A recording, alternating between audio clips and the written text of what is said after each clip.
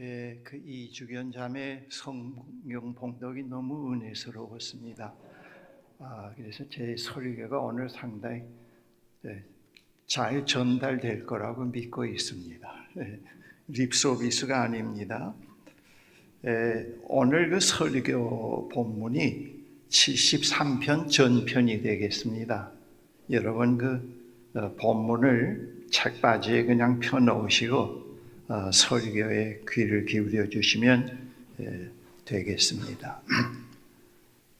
본 시편을 지은 시인은 이스라엘 민족 공동체의 구심점이며 그들의 삶의 중심인 성전에서 찬양을 인도하던 사람입니다.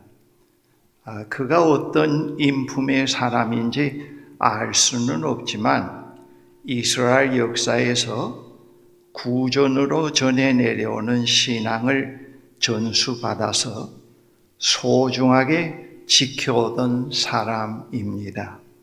그가 물려받은 신앙 유산은 하나님은 참으로 마음이 정직한 사람과 마음이 정결한 사람에게 선을 베푸시는 분이시라는 이러한 신앙 명제입니다. 이러한 신앙 유산을 시인이 그의 생애에서 경험적으로 확인한 것은 아니었지만, 하지만 시인은 이 신앙을 매우 소중하게 마음 깊이 간직하고 깨끗한 마음으로 죄를 멀리하며 살아가려고 노력하였습니다. 이 신앙은 시인의 삶의 긍정이요 의미요 희망, 안정의 근거였습니다. 그러한 시인의 순수한 신앙이 시인의 어느 생애의 시점에서 와서 상당한 도전을 받게 되었습니다.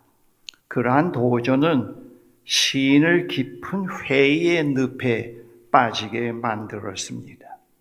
시인은 그러한 회의의 늪에서 상당한 기간 동안 몸부림치다가 그가 물려받은 신앙이 새로운 의미로 나타나서 그를 새로운 신뢰의 자리에 자리 잡게 하는 값진 경험을 하게 됩니다. 이 시인은 시인이 상처와 질투, 불평등의 세상 속에서 어떻게 그러한 보화를 발견하게 되었는지를 말해주는 시편입니다. 세상에서 하나님을 볼 수 있는 사람이 누구인가? 산상수훈에서 5장 8절에 마음이 깨끗한 사람이 하나님을 볼 것이라고 했습니다. 이 시편은 하나님을 보는 진리와 관련되어 있고, 그러한 사실이 어떻게 일어나게 되며 이를 통해 믿음의 공동체에게 어떤 일들이 펼쳐지는 데 대해서 말씀해 주고 있습니다. 시는 이렇게 시작됩니다. 하나님이 이스라엘 중 참으로 마음이 정결한 자에게 선을 행하시나. 시인은 이스라엘 역사에서 오랫동안 전수되어 오는 소중한 이 신앙의 유산을 마음에 간직해서 마음으로 묵상하며 선하게 살아오고 있었습니다. 그러한 신앙은 시인에게 매우 소중한 삶의 내용이기도 했습니다.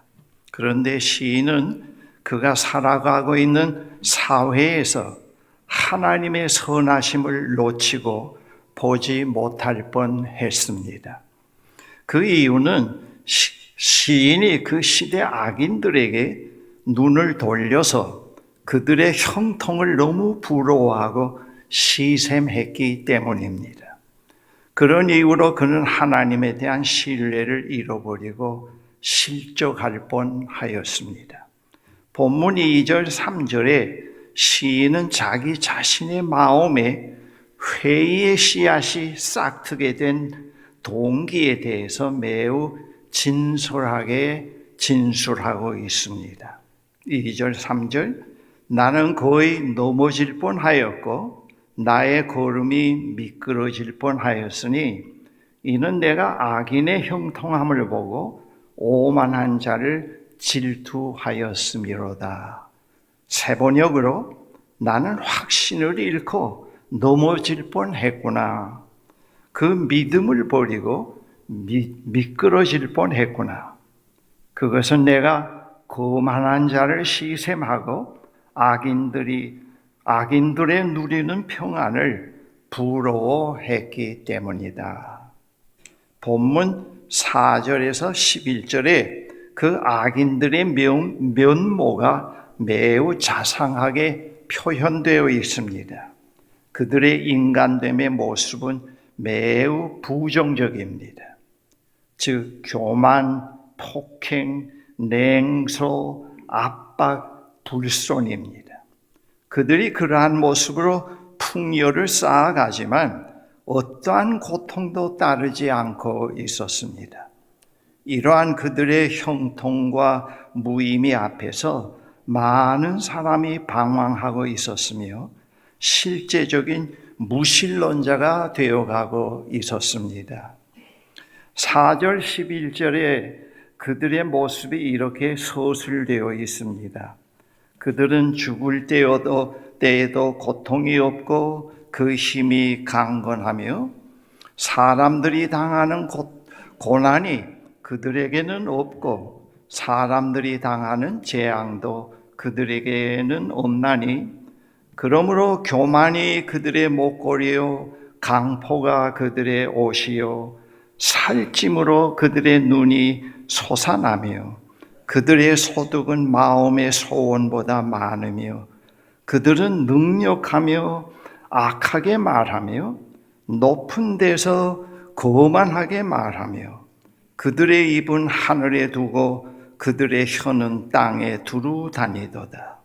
그러므로 그의 백성이 이리로 돌아와서 잔에 가득한 물을 다 마시며 말하기를 하나님이 어찌하랴 지존자에게 지식이 있으랴 하는도다 했습니다. 여러분, 이들은 고통을 받아야 될 사람들입니다. 이들은 그렇게 살았기 때문에 곤란이 그들 위에 엄습해야 합니다. 그러나 그런 일들이 전혀 일어나지 않았습니다.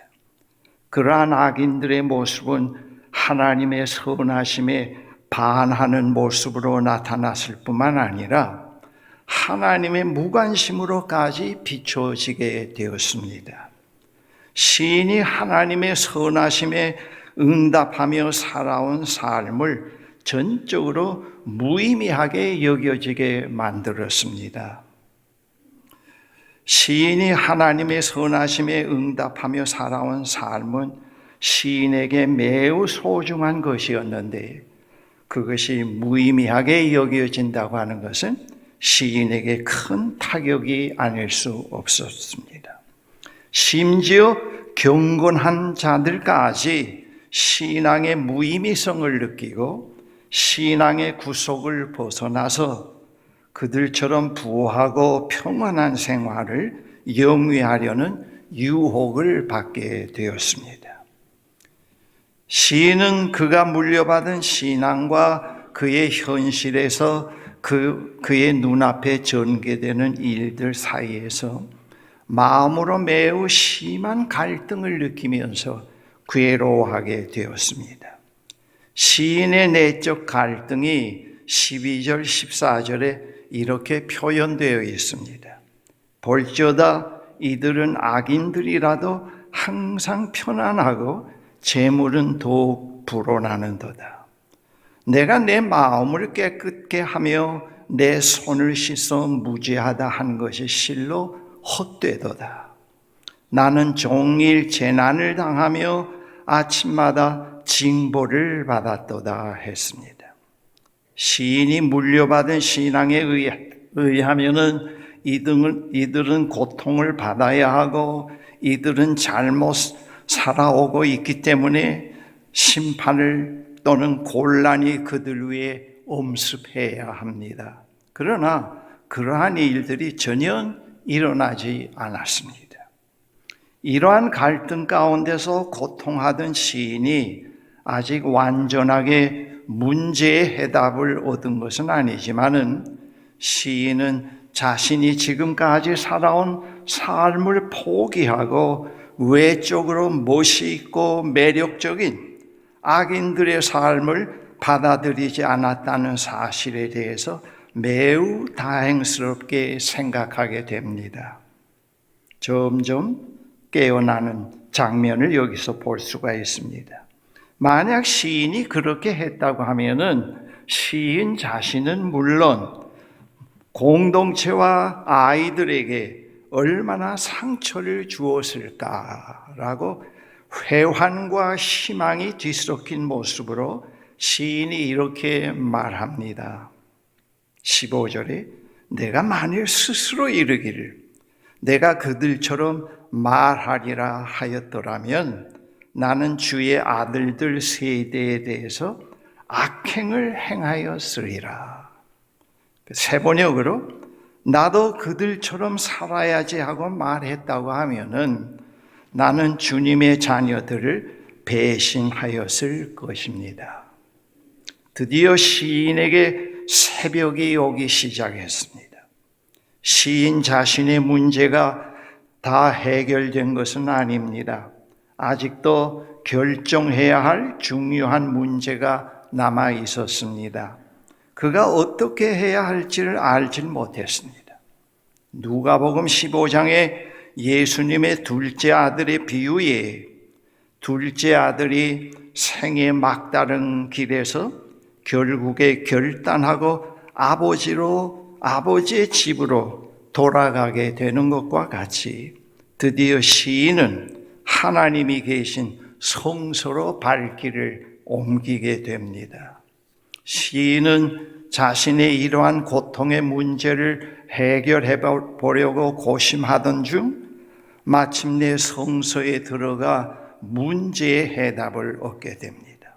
이 시편의 이 17절의 말씀이 아주 전환점의 핵심을 이루고 있습니다.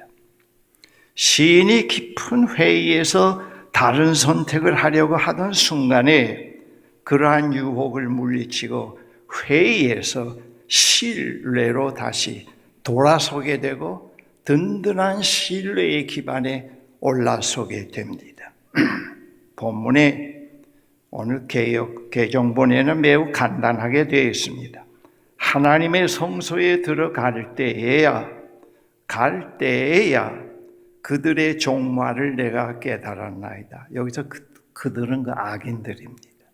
세번역에 그러나 마침내 하나님의 성소에 들어가서야 악한 자들의 종말이 어떻게 되리라는 것을 깨닫게 되었습니다. 미국의 유명한 구약학자 브라이언 심슨이라고 하는 학자는 이 본문을 이렇게 번역을 했습니다. 어느 날 내가 성전에 들어갔을 때 영광의 빛 가운데서, 여기다 빛은 하나님의 영광의 빛입니다. 영광의 빛 가운데서 나의 왜곡된 관점이 완전히 사라졌습니다. 그리고 악한 자들의 종말을 보게 되었습니다. 이 번역이 상당히 좋습니다. 어느 날 내가 성전에 들어갔을 때 영광의 빛 가운데서 나의 왜곡된 관점이 완전히 사라졌습니다. 악한 자들의 끝을 거기서 보게 되었습니다. 이게 해답이옵니다. 시인은 성소에서 하나님의 영광의 빛 가운데서 악인들의 종말을 보게 된 것입니다. 시인이 하나님의 영광의 빛 가운데서 보게 된 악인들의 종말은 전에 시인이 보고 시샘했던 그러한 것들이 전혀 아니었습니다. 전혀 반대였습니다. 완전히 다른 것이었습니다. 그들은 하나님의 심판 아래에 있으며 그들이 하나님의 참되신 의로우심을 조금도 바꾸어 놓지 못하고 있고 그들이 하나님을 제압하지 못하고 있으며 하나님은 그들의 행동에 조금도 영향받지 않고 계시는 새로운 현실을, 새로운 하나님의 모습을 목격하게 됩니다. 성서에서 시인의 시각이 악인들의 형통에서 하나님의 선하심으로 완전히 바뀌어지게 됩니다. 이것이 시인이 갖게 된 해답입니다. 본문 18절 20절에 주께서 참으로 그들을 미끄러운 곳에 두시며 파멸에 던지시니 그들이 어찌하여 그리 갑자기 황폐되었는가 놀랄 정도로 그들은 전멸하였나이다. 주여, 사람이 깬 후에는 꿈을 무시함같이 주께서 깨신 후에는 그들의 형상이 멸시되시리라. 그들의 형상을 멸시하시리라 말하고 있습니다. 새 번역이 좀 더 우리에게 이해하게 번역이 되어 있습니다. 주께서 그들을 미끄러운 곳에 세우시며 거기에서 넘어져서 멸망에 이르게 하십니다. 그들이 갑자기 놀라운 일을 당하고 공포에 떨면서 자취를 감추며 마침내 끝장을 맞이합니다. 아침이 되어서 일어나면은 악몽이 다 사라져 없어지듯이 주님께서 깨어나실 때 그들은 한낱 꿈처럼 자취도 없이 사라집니다 했습니다. 그들은 자신들의 운명을 선택할 수 있다고 생각했습니다. 그러나 그들의 결과는 미끄러운 곳, 파멸, 황폐, 놀람, 전멸이었습니다. 시인은 회상에 잠기면서 얼마나 자신의 환상이 어리석었는지를 생각하게 됩니다. 시인은 그런 환상 속에서 그가 참으로 가치를 두고 있던 유일한 관계성을 깨트릴 뻔했다고 하는 것을 깨닫게 됩니다. 그리고 자신은 짐승만도 못한 인간이라는 것을 말하고 있습니다. 21절, 22절에 내 마음이 산란하며 내 양심이 찔렸나이다. 내가 이같이 우매에 무지함으로 주 앞에서 짐승입니다. 그랬습니다. 새 번역으로 나의 가슴이 쓰리고 심장이 찔린 듯이 아파도 나는 우둔하여 아무것도 몰랐습니다. 나는 다만 주님 앞에 있는 한 마리의 짐승이었습니다.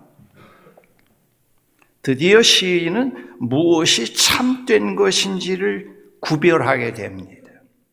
시인은 인간의 최고의 목적이 하나님께 영광을 돌리는 것이라는 사실을 분명히 깨닫게 되고 그것을 밝히고 있습니다. 23절, 24절에 내가 항상 주와 함께하니 주께서 내 오른손을 붙드셨나이다. 주의 교훈으로 나를 인도하시고 후에는 영광으로 나를 영접하시리이다 그랬습니다. 이제 시인에게 최고봉이 무엇인가? 그 최고봉은 하나님 한 분이 되었습니다. 오직 하나님만이 시인이 받을 몫의 전부라고 하는 것, 오직 그분만을 영화롭게 하는 것이 인간의 최고의 삶이라는 것을 깨닫게 된 것입니다. 25절, 26절에 하늘에서는 주 외에 누가 내게 있으리요? 땅에서는 주밖에 내가 사모할 분이 없나이다. 내 육체와 마음은 쇠약하나 하나님은 내 마음의 반석이요 영원한 분기십니다 그랬습니다. 시인은 이제 자신의 소속을 분명히 합니다. 시인은 이제 다른 생명의 근원은 없다는 것을 고백합니다. 27절 28절에 무릇 주를 멀리하는 자는 망하리니 음료같이 주를 떠난 자를 주께서 다 멸하시리이다. 여기서 그 주를 떠나는 것을 음탕한 여인으로 비유하고 있습니다. 하나님께 가까이함이 내게 복이라. 내가 주 여호와를 나의 피난처로 삼아서 주의 모든 행적을 전파하겠나이다 그랬습니다. 드디어 시인은 회의에서 신뢰라고 하는 반석 위에 설 수 있었습니다. 하나님과 함께하는 삶은 선물이지 인간의 성취물은 아닙니다. 그리고 오늘 우리 시인은 하나님으로부터 매우 소중한 회의에서 신뢰로의 삶을 선물로 받게 된 것입니다. 이 시편은 회의에서 신뢰로 돌이킨 사람의 이야기며 회의의 늪에서 신뢰로 나오는 길을 제시하는 시편이기도 합니다. 그리고 오늘 우리 시대에서 마치 종교적 신앙처럼 중요시되는, 특히 젊은이들에게 많은 매력이 있고 하나의 종교적 신앙처럼 젊은이들에게 파고 들어가는 자기 만족, 풍요, 자율성이라고 하는 이데올로기의 속임수에서 자유롭게 되는 길을 제시하는 시편이기도 합니다.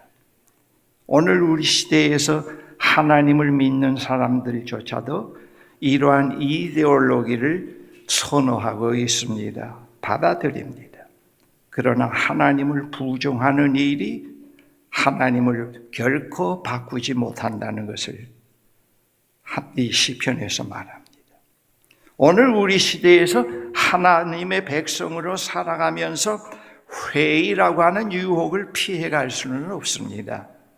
삶 전반에 걸쳐서 하나님의 선하심에 대한 도전을 받게 되고 순수한 신앙과 시련 없이 갖고 있는, 지금까지 간직하고 있는 사람에게나 시련을 겪고 어느 정도 경험화된 신앙을 갖고 있는 사람에게나 계속 회의라고 하는 유혹, 도전은 오고 있습니다.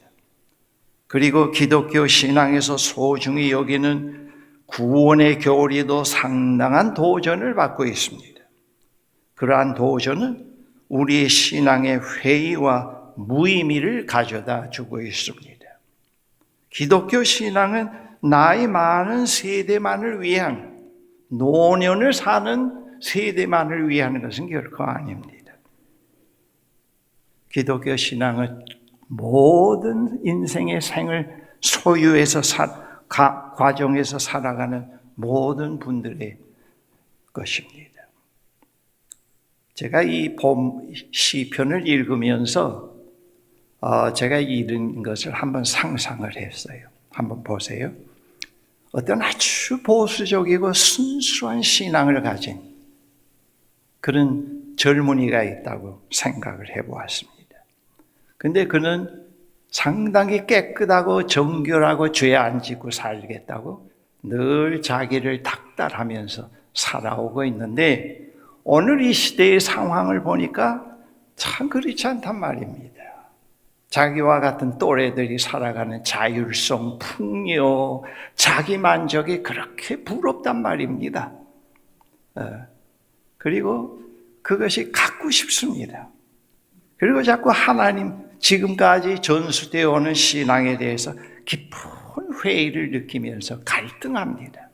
두 부분에서 이것저것 왔다 갔다 하면서 갈등을 느끼게 됩니다. 그런데 이 젊은이가 미국에서 우주 여행객을 모집한다고 하는 그런 광고를 받고 한 1년 반 정도 거쳐서 우주 여행할 수 있는 기본적인 훈련을 받고 몇 사람과 함께 우주선을 타고 저 진공 상태에 가서 지구를 몇 바퀴 돌면서 지구를 내다봤습니다. 지구가 얼마나 아름다운지요. 거기에 살고 있는 각종 종교끼리 아웅다웅하고 민족끼리 아웅다웅하면서 싸우고 하는 것, 그리고 총알이 날아가는 것까지 그 빛이 보일 정도로 자세히 지구를 보는데, 이 지구는 굉장한 굉음을 일으키면서 돌고 있습니다. 그 속도가 엄청나게 빠릅니다. 거기서 이 젊은이에게 상당한 새로운 신앙의 눈을 떴습니다. 하나님이 없다가 아니고 하나님이 살아계시는구나. 우리가 주장하는 이 조불하는 것, 싸움질 이런 것들은 이게 형편없는 것들이구나. 그것의 형편없는 것, 한계, 그들의 종말, 그들의 끝이 뭐라는 걸 보기 시작하면서 하나님을 새롭게 이해하고 하나님을 찬양하는 그런 신앙을, 그런 하나님에 대한 깊은 신뢰를 가지고 와서 진부한 교리도 다 떠나서 창조주 하나님이 이 세상을 만드셨다. 창조주 하나님은 이 우주보다 더 크시고 광대하신 분이다. 나는 그의 빛 가운데서 이 지구를 볼 수 있었다. 그렇게 하면서 새로운 삶을 시작하고, 그에게는 IT, AI 그런 게 문제가 아닙니다. 요즘에 그렇게 인기 있는 그것도 굉장한 것처럼 들려지질 않습니다. 그에게는 새로운 삶의 전망이 열리고 새로운 확신을 가지고 의미를 가지고 새로운 인생을 시작하면서 하나님 나라의 복음을 전하기 시작을 합니다. 제가 이 시편을 읽으면서 그걸 상상했어요. 그걸 상상을 했습니다. 이 시편의 메시지를 간단하게 요약하면 바로 그겁니다. 이제 제 설교를 우리 사랑하는 사도 바울의 말씀으로 결론을 맺도록 하겠습니다. 로마서 8장 35절 39절에 이런 말씀이 있죠. 누가 우리를 그리스도의 사랑에서 끊으리요? 환난이나 곤고나 박해나 기근이나 적신이나 위험이나 칼이랴. 기록된 바 우리가 종일 주를 위하여 죽임을 당하게 되며 도살할 양같이 여김을 받았나이다 함과 같으니라. 그러나 이 모든 일에 우리를 사랑하는 이로 말미암아 우리가 넉넉히 이기느니라. 내가 확신하노니 사망이나 생명이나 천사들이나 권세자들이나 현재일이나 장래일이나 능력이나 높음이나 깊음이나 다른 어떤 피조물이라도 우리를 우리 주 그리스도 예수 안에 있는 하나님의 사랑에서 끊을 수 없나니라 그랬습니다. 어떤 피조물도 하나님의 존재를 희석시킬 수도 없고, 하나님이 없다고 부정해서 하나님이 없을 수도 없게 되는 것도 아닙니다. 하나님을 부인할 수 있는 피조물은 하나도 이 세상에 없습니다. 그의 사랑을 부정해 버릴 수 있는 피조물의 사건도 이 세상에 없습니다. 이것을 우리가 깨닫게 될 때 새로운 신뢰의 자리에 올라서게 됩니다. 우리의 신앙은 이런 수준에까지 올라가도록 늘 기도해야 됩니다. 이 아름답고 진실되고 참된 영역은 다 눈에 안 보이고 전부 IT로 자기 이데올로기의 움막 속에서 뭔가 모르게 굉장한 것을 갖고 있는 것처럼 말이죠.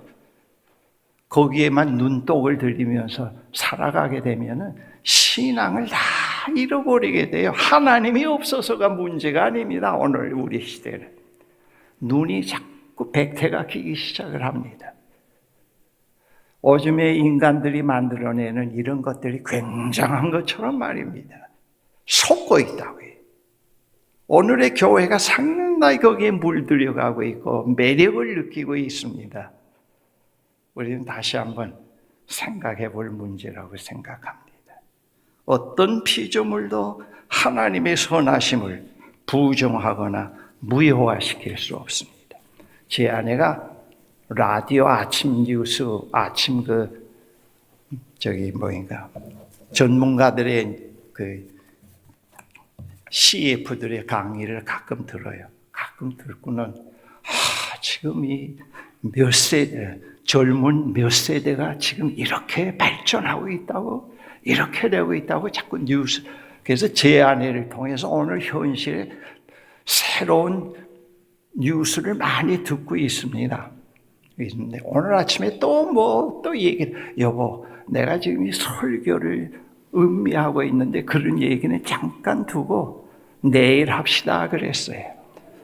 그런 강의는 상당히 명쾌한 강의입니다. 상당히 호감이 가는 강의입니다. 그러나 자꾸 듣고 몰입되기 시작을 하면은 하나님이 없는 것 같아요. 인간의 자율성과 풍요와 자기만족, 그런 것들이 최고처럼 생각이 됩니다.